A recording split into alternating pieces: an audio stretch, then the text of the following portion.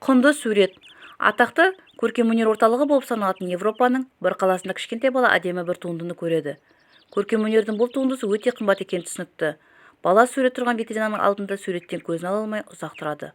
Ақшасы жетпейтін болған соң қимай кетеді. Қанағат деп жеген киген азайтып, бір жылда аздап ақша жинайды. Бір жылдан кейін жүгіріп дүкенге қайтып келеді. Суреттің әлі сатылмағанын көріп, қуанады да дүкенге сеніммен кіріп суреттің авторына: "Сіз жазған суретті ағам туған күніне алғым келеді. Ақша жинап келдім. Суретті маған сатыңызшы" деп бір уыс ақшаны суретшінің алдына төгеді. Суретші біраз ғана ойланып суретті әдемі қағазға орап, оны сұрап тұрған балаға ұстады. Бала қуанышын жасыра алмай, алғысын айтып сыртқа шығады. Дүкенде болған басқа суретшілер таңданып: "Есің дұрыс па? Ол жұмысың миллионға кетер еді. Неге сутегінге саттың?" деп сұрайды. Суретші: "Иә, бұл суретті көп адамға миллионға не одан да қымбатқа сата алар едім. Айды солардың ішіне бұл суретті сатып алу үшін бір жыл бойы жиған ақшасын бәрін де бере салатын қанша адам шығар еді" депті.